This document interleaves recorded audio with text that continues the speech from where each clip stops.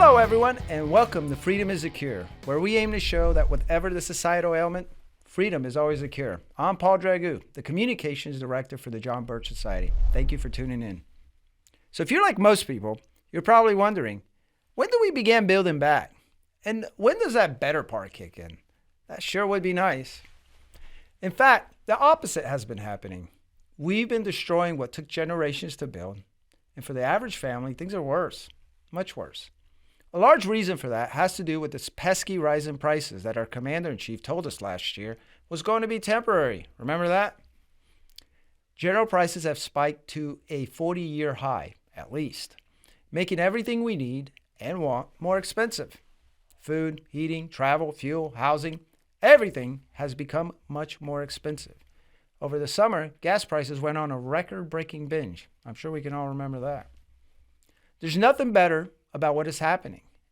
And like most of the drivel coming out of Washington, D.C., the opposite of what they say is actually happening. Their mantra should be making everything worse. A large reason why everything is worse is inflation, but it's likely not the inflation that most people think of when they hear the term. Inflation is not a general rise in prices. Inflation is correctly defined as government collaborating with the banking system to create a new money that's not backed by precious metals. Rising prices is a symptom of inflation. It is not inflation itself. Inflation is the unrestrained creation of fiat money, paper money. Inflation is more insidious than the general public realizes. It is a result of a money system that was intentionally corrupted to serve the interests of the international oligarch inside class, while destroying the middle class. In the latest collector's edition bookazine from the New American Magazine called The Great Reset, executive senior editor Steve Bonta wrote this about inflation in his story titled Destroying the Money. Without inflation, the massive deficits and debts now run up by the federal government, as well as the lavish programs they fund, would be impossible. Inflation, therefore, is not only responsible for the systemic impoverishment of the American people via the destruction of the dollar's purchasing power, it is also responsible for the maintenance of modern big government in all its repressive sprawl. Steve was on the show a couple episodes back discussing the truth about inflation, and I'm fortunate to have him back on today to focus on solutions. But before we dive in, please remember to follow our social media and podcast channels and like and share this episode. Like with most truth tellers, big tech has restricted our message heavily, and we need your help in spreading the word. So today we're going to continue our conversation about money. Steve, thank you for coming back. Well, thank you. It's an honor. Yeah, we had a great time last time. Got a lot of good feedback, and I think we achieved. Well, I just want to say, I'm not sure that talking about inflation constitutes a great time, but it's always interesting and stimulating. All right. Well, that's fair enough. The reason we're doing this is because we finished the episode and we realized that we had barely touched on solutions. But before we go into that and spend the majority of the time in that, can you summarize the reason for inflation? Obviously, there's a lot there, but can you do it maybe in 10 minutes? Why are we experiencing this rise in prices? Well, I think you did an admirable job of that in the introduction, actually. I mean, inflation, the rise of in prices is the general rise in prices across more or less all products, consumer products and assets and everything else, is not inflation per se. It is the result of inflation. Mm-hmm. And inflation properly defined, as Hans Sennholz made particularly clear in his wonderful little book, The Age of Inflation, is best defined as the creation of fiat money. Okay, because as it turns out, although in theory you can also contract the money supply and create deflation through the fiat money, the production, the printing of money, putting it crudely. And nowadays it's not done so much by printing presses as via computer entries. But the point is that the practical reality usually means that inflation is going to result in rising prices, because that's the way that it benefits the political classes and everyone else who's kind of, benefits from the few who benefit as against the many who suffer as a result. So you did a great job explaining last episode of how they benefit because they're at the beginning. They're at the beginning of the spigot, and by the time But and one thing we forgot to mention, I think we should have mentioned before, and I'll mention it now, is that this isn't happening by accident. It isn't, although it's true that the majority, perhaps, of people, and perhaps even a plurality of economists, don't really clearly understand what inflation is. There are some people who have always understood it, and among those who understood it are those who deliberately use it for malign purposes. This is why the creation of a central bank with a monopoly on the money supply is one of the 10 planks of communism in Marx's Communist Manifesto. So Karl Marx understood very well the power of a modern fiat banking system centered on a central bank with the exclusive power to create money at whim. How effective that would be in leveling, meaning bringing everyone down to the level of poverty, which is what socialists really desire, and obviously communists as well. So this is the fact that was one of the central aims of communism way back when the manifesto was first published in the mid-19th century.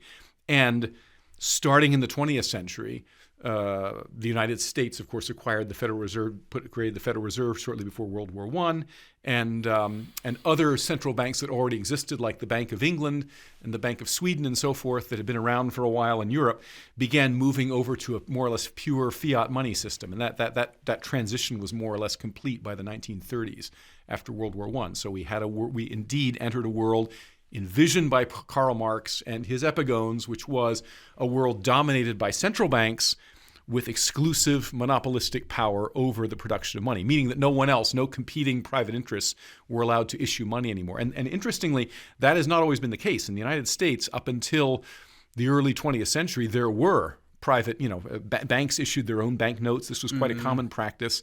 And so there wasn't, in theory, any restriction on that. Right. Today, of course, if anyone tries to mint their own, silver coins, there was a guy who tried doing that about 20 years ago, and he got hunted down by the feds, and all of his silver was confiscated and so forth. You are not allowed to create money in any form that competes with what the Federal Reserve does. Now, isn't there, and I know we touched on this last time too, but I think, if I remember correctly, but one of the reasons that the central bank, the Federal Reserve, was created was to supposedly prevent crashes, booms, and these cycles, these up and downs, these economic cycles that apparently had been very problematic beforehand, including, I believe, some later there in the 19th century. Is that not one of the points? Well, has that worked? Well, first of all, it hasn't worked. But historically speaking, the official pretext for the creation of the Federal Reserve System was the Panic of 1907. Yeah. All right, which started with the failure of several prominent banks in New York, and quickly the contagion spread across all of the major cities in the United States and even overseas to Europe and so forth, and it resulted in a considerable contraction of wealth.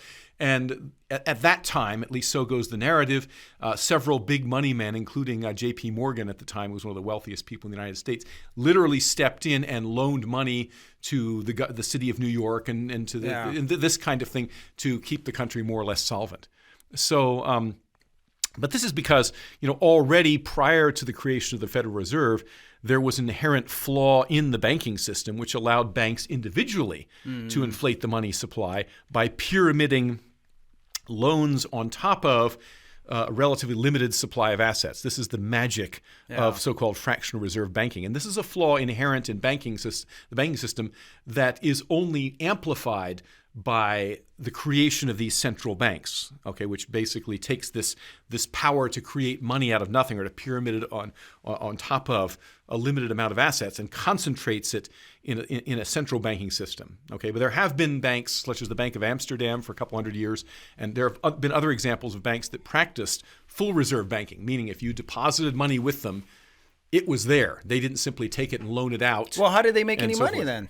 Well, they charge money for basically for the services, for the protection. And then the Bank of Amsterdam was extraordinarily prosperous and stable for several hundred years, and that's the reason that it was actually Holland, the Netherlands, and not England that really pretty much created most of the modern financial instruments that we now take for granted, because their banking system was so stable.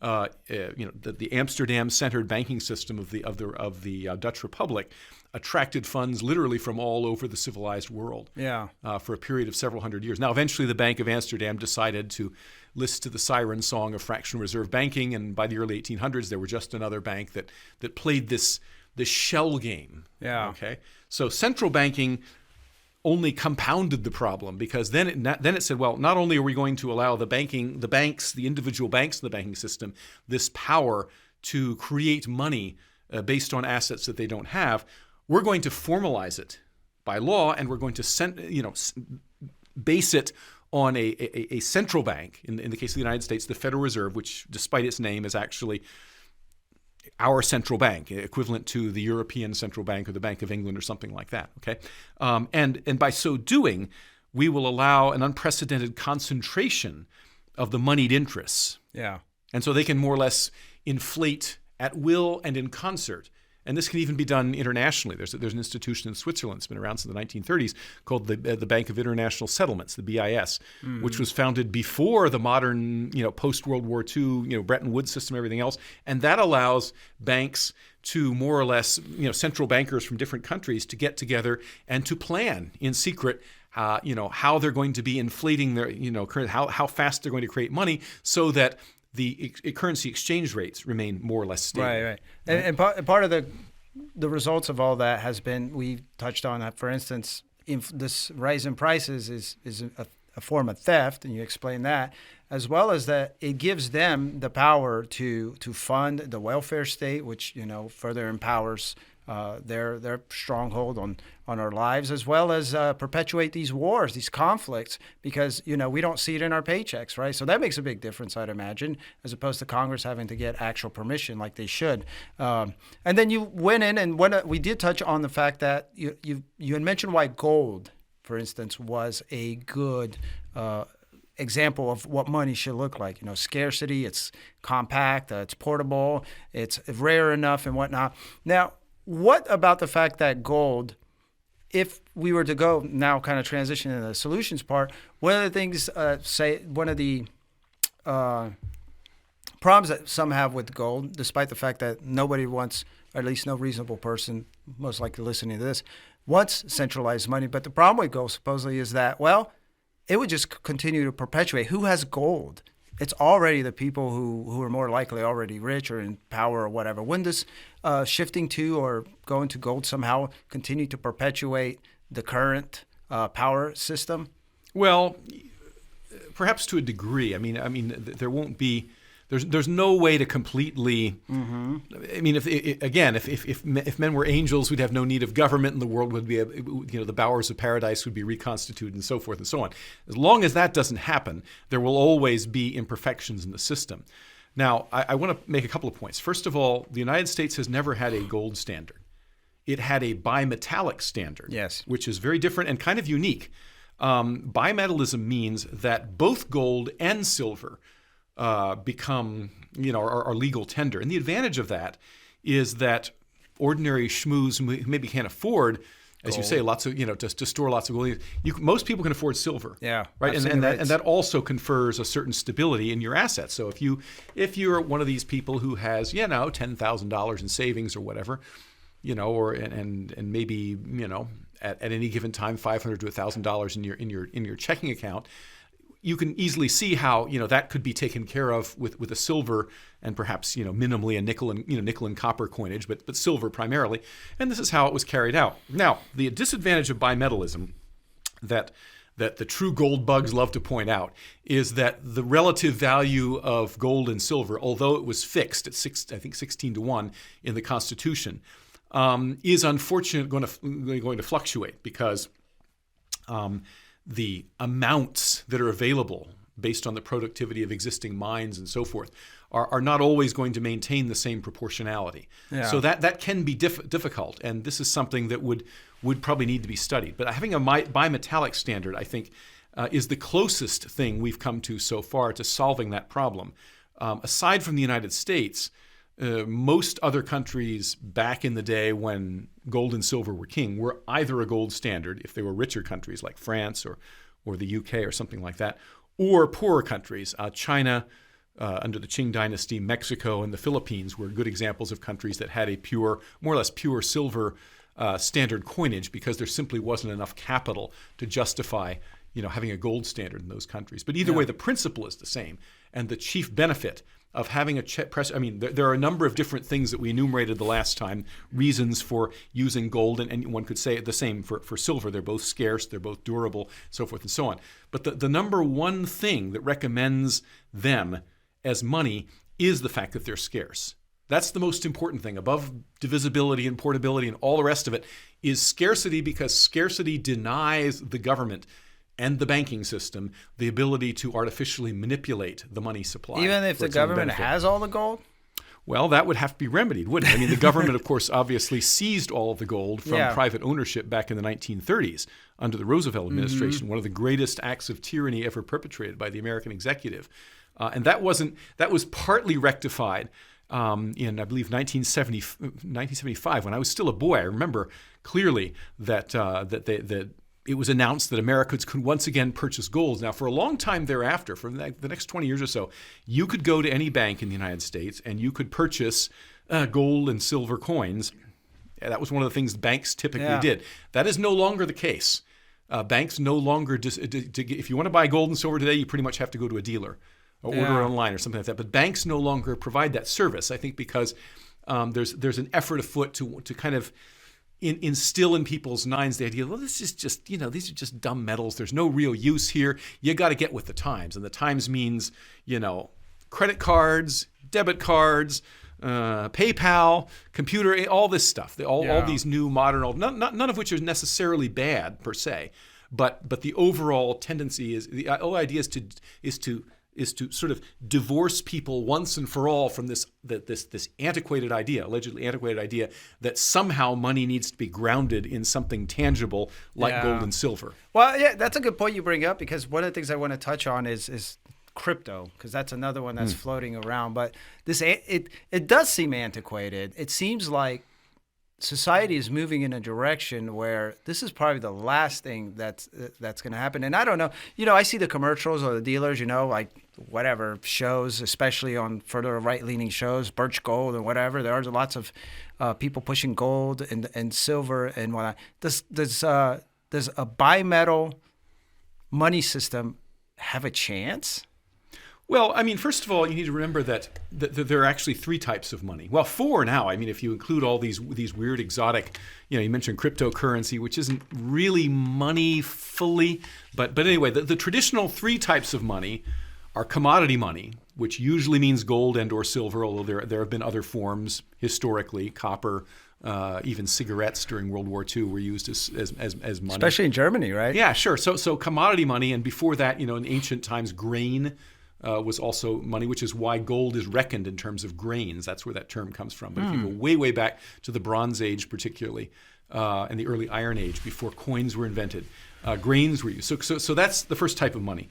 The second type we've been discussing here, which is fiat money that can be created that's not tied to anything else. But there's sort of a compromise type of money, and that's called fiduciary money. Now, fiduciary money is money that is based on some sort of tangible commodity, usually gold and silver.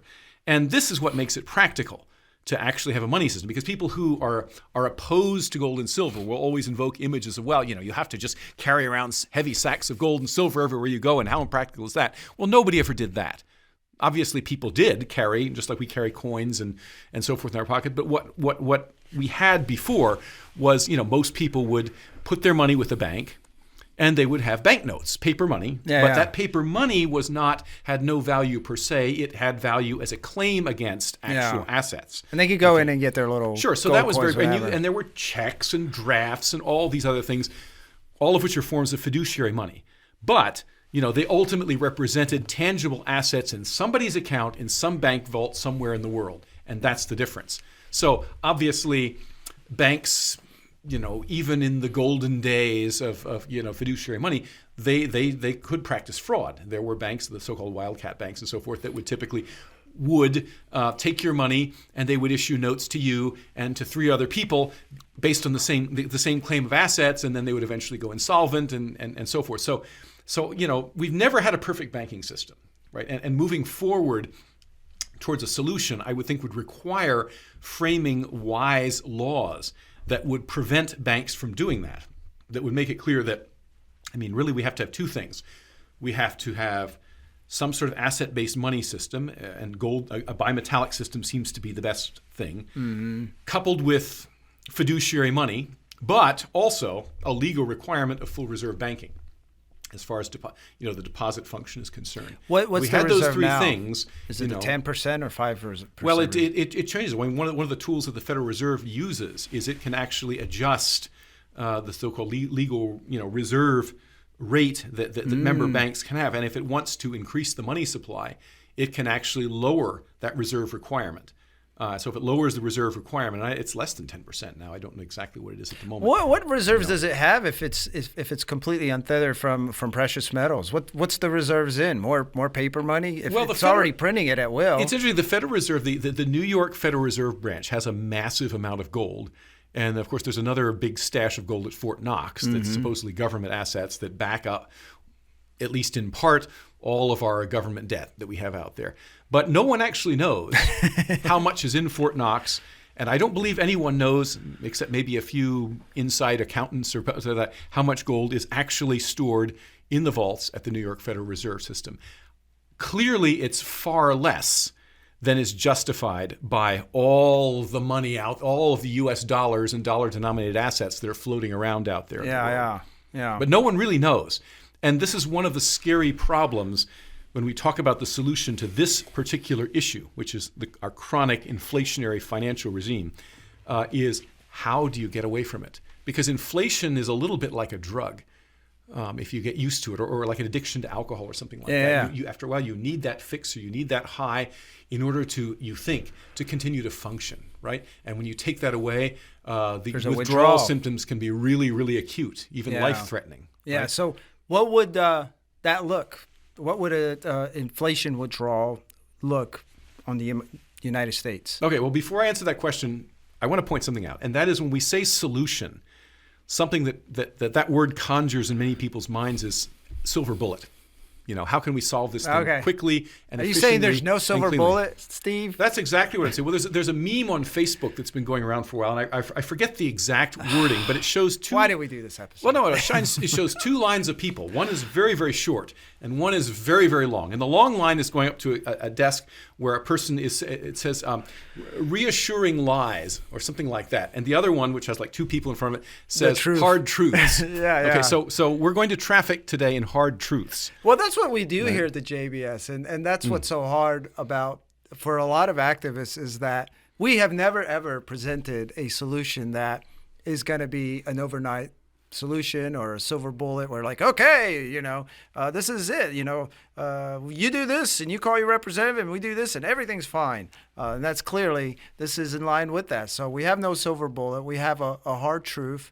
That would require a withdrawal period that would be painful. Okay, well, here's hard truth number one. Hard truth number one is no matter which road we choose, the outcome is going to be unpleasant. The question is, which one will lead to more unpleasantry? So if we continue down the road to inflation, which we've been doing for the better part of 100 years now. I mean, technically it didn't start when the Federal Reserve was created. It really started in the 1930s when we went off the gold standard, and it accelerated in the 1970s when Nixon closed the gold window. So it's not been, but it's been several generations now that we've been pyramiding dollars and creating this massive, unjustifiably, immense supply of dollars worldwide. Obviously the dollar is the world's reserve currency. So it's not just the United States. It's the entire rest of the world that depends on U.S. dollars, for their financial system. Okay, so we continue on the path we're on now. Sooner or later, and no one can say exactly when. It could be sooner if our illusion is punctured by some sort of black swan event like another pandemic or a world war or something like this. Or an alien invasion. Perhaps, yes. But anyway, I mean, usually if you look at the history of hyperinflation, truly ruinous hyperinflation, such as Germany experienced after the end of World War II, or Japan after World War I, in Germany's case, Japan after World War II, and so forth, you see that oftentimes it's some really awful critical event. Argentina, when I lived in Argentina as a teenager from 79 to 80, they had merely high inflation. The hyperinflation kicked in after they lost the Falklands War. in 1982, and got rid of the military junta and tried to go back to a more or less democratic government. And their first president, Alfonsín, didn't know what to do. And within a couple months, their inflation rate was at many thousands of percent, and everyone's savings was wiped out. That's what I'm talking about. So that will happen eventually to us. Now, because we have the world's reserve currency, we can get away with stuff that the Argentinas and the Zimbabwe's and the Sri Lankas of the world can't get away with their respective currencies. Now, Namely, isn't that in jeopardy, though, that status? Well, it is, but my point is that those countries, when they start printing too much money, the boom comes down pretty quickly. I mean, they pay the price fairly quickly. So they have to take heed. They have to, and unfortunately, Argentina's government has proved as profligate as our own. But we have this wonderful mechanism where we can export a lot of this froth, this inflationary froth, to other countries and spread the misery around worldwide. They buy our debt, right? Oh, sure. So we do enjoy a bit of a stopgap thanks to this. I mean, in this sense, the dollar seems to defy all of the rules of economics at times, and this is the reason. But that won't last forever. I mean, right now there's an effort afoot among the likes of China and Russia and other countries, even Saudi Arabia, to move away from the dollar as the sole default currency. And there are any number of other directions that events could change. But the bottom line is this: sooner or later, we're going to reach what the Austrian economists call the crack-up boom. And when that happens, when all those excess dollars come flooding home to the United States because internationally confidence is lost in the dollar, or for some reason like this, then we're going to experience hyperinflation and the complete destruction of our own economy. Savings will be wiped out almost overnight, as happened in Weimar, Germany, except it will happen on a much larger scale. And beyond that lies the abyss. We don't really know how Americans will respond. Okay? That's one possible consequence. And I would argue that is by far the worst outcome. And all we have to do to guarantee that outcome is to continue on the present course. Okay. Is there a timeline or a No, range? there's no. People have been, Peter Schiff has been right and wrong. He's one of the most prominent forecasters and people that understand this. He correctly forecast the 2008-2009 implosion. But then he kind of said, well, there's going to be something else within 5 to 7 years. Well, it hasn't happened yet. And he's admitted since that, well, he got the timing wrong.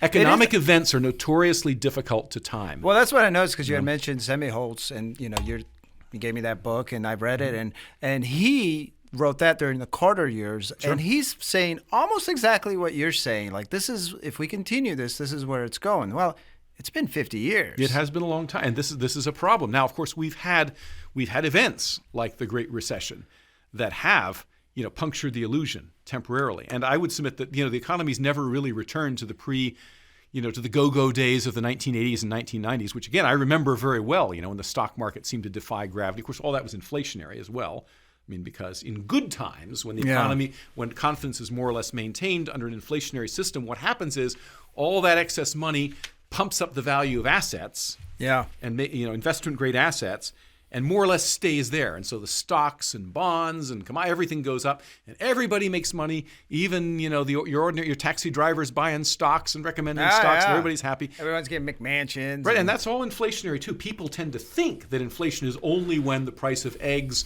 and meat starts or gasoline, start rising at the pump. But that's what happens when the system starts to break down. Yeah. Okay. And now, we've only had one true hyperinflationary episode in the history of the United States so far, and that was during and after the Revolutionary War, a time of great crisis when we were forced, the Continental Congress was forced to print money, true fiat money. Great Continental bucks, right? Right, to finance the war, and it pretty much bankrupted everybody. By the end of the war, everybody was in debt, and Americans remained in debt. Most people were in debt until, at least 1800 or thereabouts. They took a long time to pay things off. So, what's the other possible solution? What's the other way? All right, so the first one, let's reiterate. If we continue doing what we're doing, all we have to do, it'll all collapse eventually. Going back to that, though, you had mentioned those rival countries that buy our debt. And I was just wondering, these are not nations that like us. What does it take for them to just stop buying our debt, stop acknowledging whatever that means, us as the reserve currency? Is that a real prospect? Is that possible? Well, it's already starting to a limited degree. I mean, China and Russia. China's already begun purchasing oil from Russia and paying with renminbi, with Chinese currency. The Chinese, for some time, have been agitating for making the Chinese yuan or renminbi another alternative, global reserve currency. The Europeans, our friends, our buddies in the EU, so there's some sentiment there that perhaps the euro ought to be on an equal footing with the dollar as well. So far, it hasn't happened. And primarily, I think it's because of systemic inertia. People are kind of happy with the way system works, more or less. All the world's wealthy elite, who are generally apolitical, I should point out. This is a characteristic of people who are super rich, and particularly financiers and bankers. They tend not to get swept away by partisan politics or political tribalism. They just want to make money. And if money means accumulating U.S. dollars, they really don't care too much if the U.S. maybe is pursuing policies in the Middle East that they disagree with or whatever. Because I guarantee you all the wealthy Gulf Arabs and so forth, they all have their assets in dollars too. And for the moment, they're all happy with it. What it would take for that to change, again, it's impossible to forecast that. But as surely as we're sitting here having this conversation right now, it will come to pass someday. We are not immune from the same laws that have brought down the Argentinas and the Germanys of the past. Okay. Wow. Okay. So now you were saying the less painful way and the way that will lead to a brighter future, but nonetheless includes a dark valley is? Okay. Well, the less painful way is we ourselves put an end to the fiat money system. Now, if we did it overnight, the political, social, and economic dislocation would probably be so great it would probably provoke a revolution or something like that. So that's probably not the best way. Wisest course to follow. Now, right now, there's a chap down in Argentina who may well get elected next year. His name is Javier Milei, and he is basically, he's a Rothbardian or an Austrian economist, and he very much understands how the monetary system works, and he's been promising Argentines that he'll get rid of inflation. But he's saying if we do this, it's going to hurt. It's going to hurt for a year or two. And he points to a time back about 30 years ago when Argentina briefly managed to tame inflation, and that was preceded by a rather significant recessionary period. Okay, so that is going to be inevitable, just as the addict who is taken off of, denied his heroin fix or whatever for a period of time, is going to suffer withdrawal symptoms. Okay, I mean the analogy is it is somewhat trite, but it really is true. If he continues taking heroin, it's going to kill him eventually. Okay, every heroin addict, his brain knows that, okay, that this is there's only one way that this addiction leads, okay? He's not going to end up being a 75-year-old heroin addict, okay? But on the other hand, every time he tries to quit, he realizes, wow, this is a painful course too, okay? So this is hard truth number 2. We can't get out of this fix without paying a price, okay? Now that price will probably also involve some sort of very significant economic and financial contraction, and a lot of dislocation, a lot of chaos, and of course the usual voices clamoring to go back to the old ways and so forth and so on. So it would require a considerable amount of political and societal will that will only be begotten of an increased level of understanding of the mess we're in and how we go about fixing it. Now, the way we fix it, in short, is by reinstating some sort of a precious metal standard. Now, in practice, how do we do that and still somehow try to honor all of the commitments that are out there? We can't, can we? I don't know. That was going to be my follow-up question. I don't know. We got a lot of goodies flowing around, a lot of programs, and generations of Americans have gotten used to these. I don't know if they're new deals, if that's when they start or whatever, but now there's no one alive. I should think that it could be done over a period of, say, 10 years. And something like that, basically begin calling in, federal debt, and changing the structure of the debt, and this kind of thing. We have a lot of gold, and we can get a lot more. There's plenty of gold in the earth, and demand for gold and silver. Is that all it would take? What about no changes to the economy? Do we need to there produce would be. more? Obviously, there would be, and to pass a law saying, okay, we're going to require banks to be full reserve. I mean, if you did it today, every bank in the country would go bankrupt overnight. So there'd have to be some sort of a transition period. And frankly, it's beyond my pay grade to understand what that might be. But there are a lot of very smart economists who could probably figure out, well, you might need a 10-year or 20-year period to phase that back in or something like that, it certainly wouldn't be an easy fix. And it might mean 10 or 20 lean years, relatively lean years. Well, how is that possible when you have shifting political winds every 8 years, every 2 years? It would require a level of education, like many of the other solutions that we advocate here, political as well as economic. Frankly, we're not there yet as a society. We're not quite ready. Now, interestingly, in Argentina, people there have suffered so long from inflation, from that they may well be ready finally. And maybe, we will have to experience. Maybe that's what it'll take for us as well. But there's going to be the piper will have to be paid sooner or later. There's going to be no way to avoid this. Okay. Will it? What about crypto? Is there a future? Because as you and I know, some of the stuff we cover here at the New American is so beyond, and the things that we learn is that the average person does not know, for instance, the technological advances or capabilities out there. Is there a parallel to some sort of progress that has been or can be made regarding money that we haven't considered? And what is your take on crypto? It's decentralized. It is computer money of the future. Or I guess you would not define it as money. What is your take on crypto? Well, first of all, again, crypto has limited fungibility. It's primarily an accounting system for storing assets. And its value right now resides primarily in the fact that it's very, very, very private.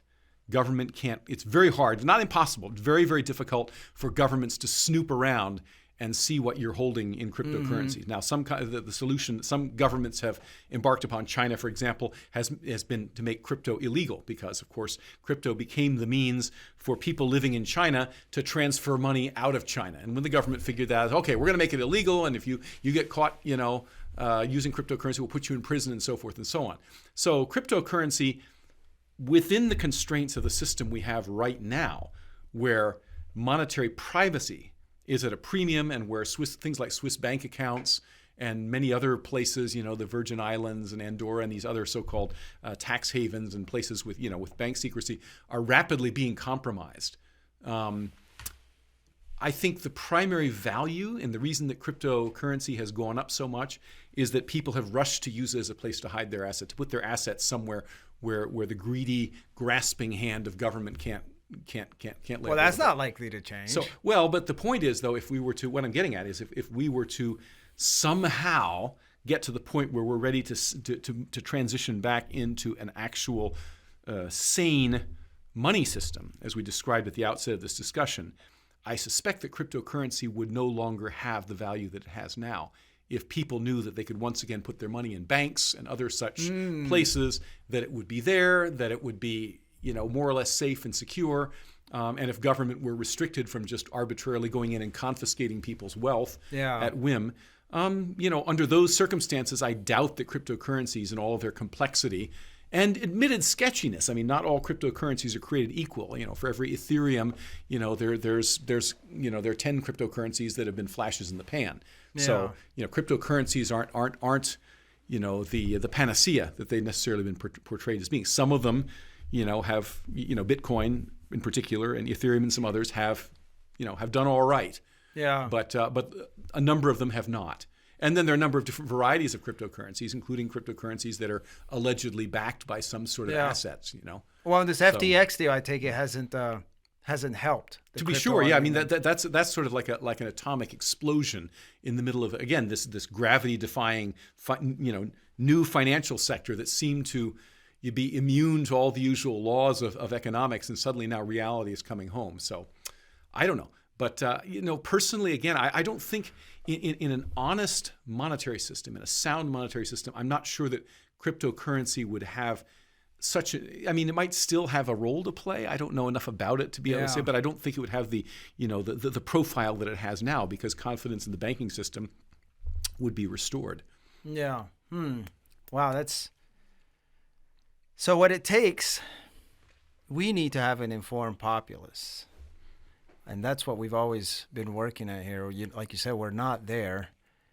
Whichever way we go, we obviously want to take the less painful position, but both ways would be painful.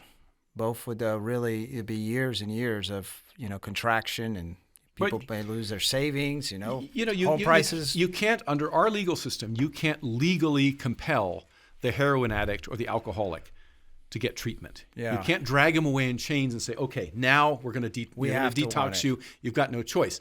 What has to happen is that person needs to hit rock bottom and realize, no matter what, I'm going to go check myself into a clinic. If they have to put me in restraints or whatever, I'm going to go through it. I know it's going to be, sheer hell, to get through it. But I'm going to do it because there's nowhere to go but up. Yeah. And it may well be that we as a society might have to reach that point, as Argentina has done and other countries have done. I would hope not. I would like to think that the collective character of the American people is better than that. Yeah. But the jury's still out. We'll just have to see. But a real problem that we have with this particular issue that is not so much the case with, say, abortion or gun rights or some of the other issues that we like to talk about, is it's hard to talk about. It's not too hard to understand the Second Amendment and the issues involving abortion. Finance and money is pretty complex. I mean, at root, it's actually quite simple. The principles are simple, but the language deployed by bankers and financiers and economists is so deliberately, complex and confusing that people are scared away. Yeah. I mean, like you talk about fractional reserve. It's like I had to read an entire book to realize what that means. Yeah. And I think I do more reading than the average person. So. Well, and they can't just say, for example, creating more money or pumping more money into the supply. They call it injecting liquidity. That's literally the term they use. Yeah. Okay. And so, people look at that and they're immediately taken aback. Well, that sounds like really technical stuff, kind of like, mathematical physics. There's no way I can understand that without, lots of years in graduate school and a PhD and all this type of thing. And that's not really true. Unlike mathematical physics and some of the more abstruse sciences, it is possible for the layman to develop a very sound understanding of money and banking and the principles of economics. What's happened is that the economists themselves, at least those who are in the pay of the state, in the tradition of John Maynard Keynes and many others, have created this unnecessarily complex vocabulary with the express purpose of excluding the unwashed masses from their arcana, because they know, as Keynes once admitted, these are very, very few people really understand what inflation is. If they did understand, they would be very upset. And this is true of so many things that appertain to economics and banking. Is people would be, the pitchforks and torches would be out in a hurry if people understood what was being said. But as George Orwell observed a long time ago, political language is always inherently deceptive. Right. Because where politics and its handmaiden economics are concerned, you don't want to tell the truth lest the people actually figure out. So you have to be able to first wade through all the verbiage and be able to separate fact from fiction. And to do that, you have to find the right people. You have to know about, a Murray Rothbard or Ludwig von Mises or somebody, people who are actually willing to tell the truth. As opposed to trying to read, I defy anyone listening to the show to try to read Keynes. Well, that's the reason we do this show, and we do so many other episodes and we spend 45 minutes to an hour. Sometimes I get grief for that, believe it or not. That we spend an hour to 45 minutes to try to explain something that, people have spent years writing and trying to explain. We have an entire populace who doesn't grasp this, and the price of that is so heavy that to spend 45 minutes to an hour, I would think you would just lap it up, right? Be like, oh my God, you mean I can? So, you mentioned Rothbard and Luke. Did you mention Mises? Von Mises, yes. Von Mises, and whatnot. So maybe if you can't read, you don't have time to read them and whatnot, you got to at least watch this episode, right? And get some idea. And that's why we also create these action projects. I know, we're out there, we're peddling, we're hawking JBS, but this is the reason why we do what we do, is it not? Is it not to create understanding? But here's the thing too: you don't need to read The Theory of Money and Credit or Man, Economy, and State, although I strongly recommend them if you have the time and the inclination to do so.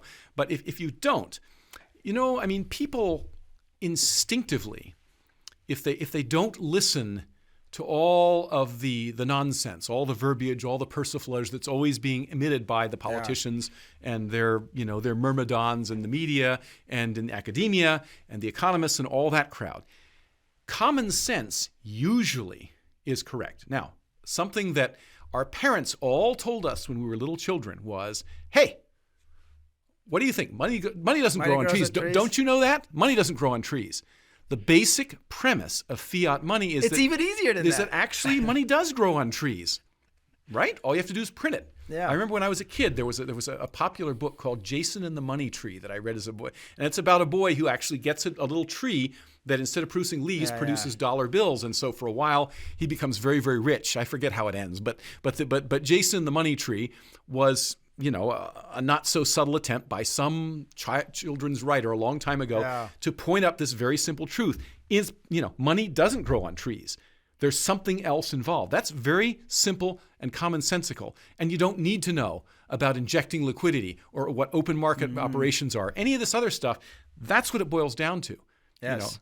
That's an eternal truth. Right. It's one of those copybook headings that Kipling wrote about a long time ago.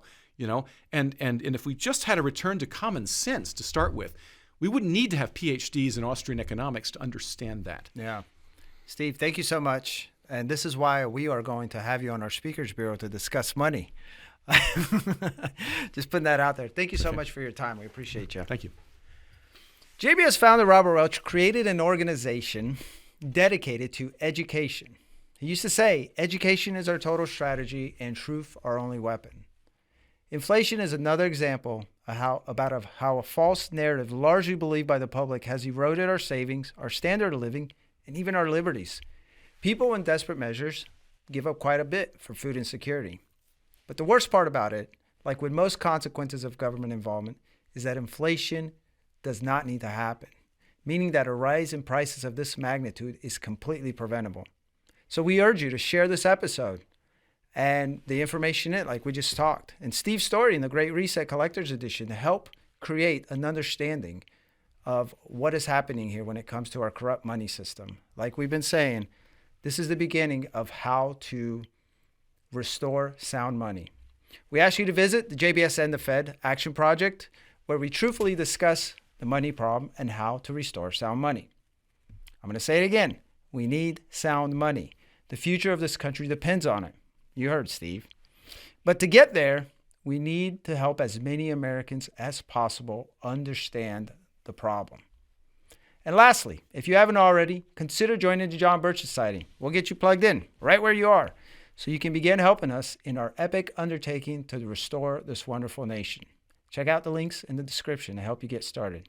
And until next time, remember that the answer to inflation is freedom, as it is with every other societal problem.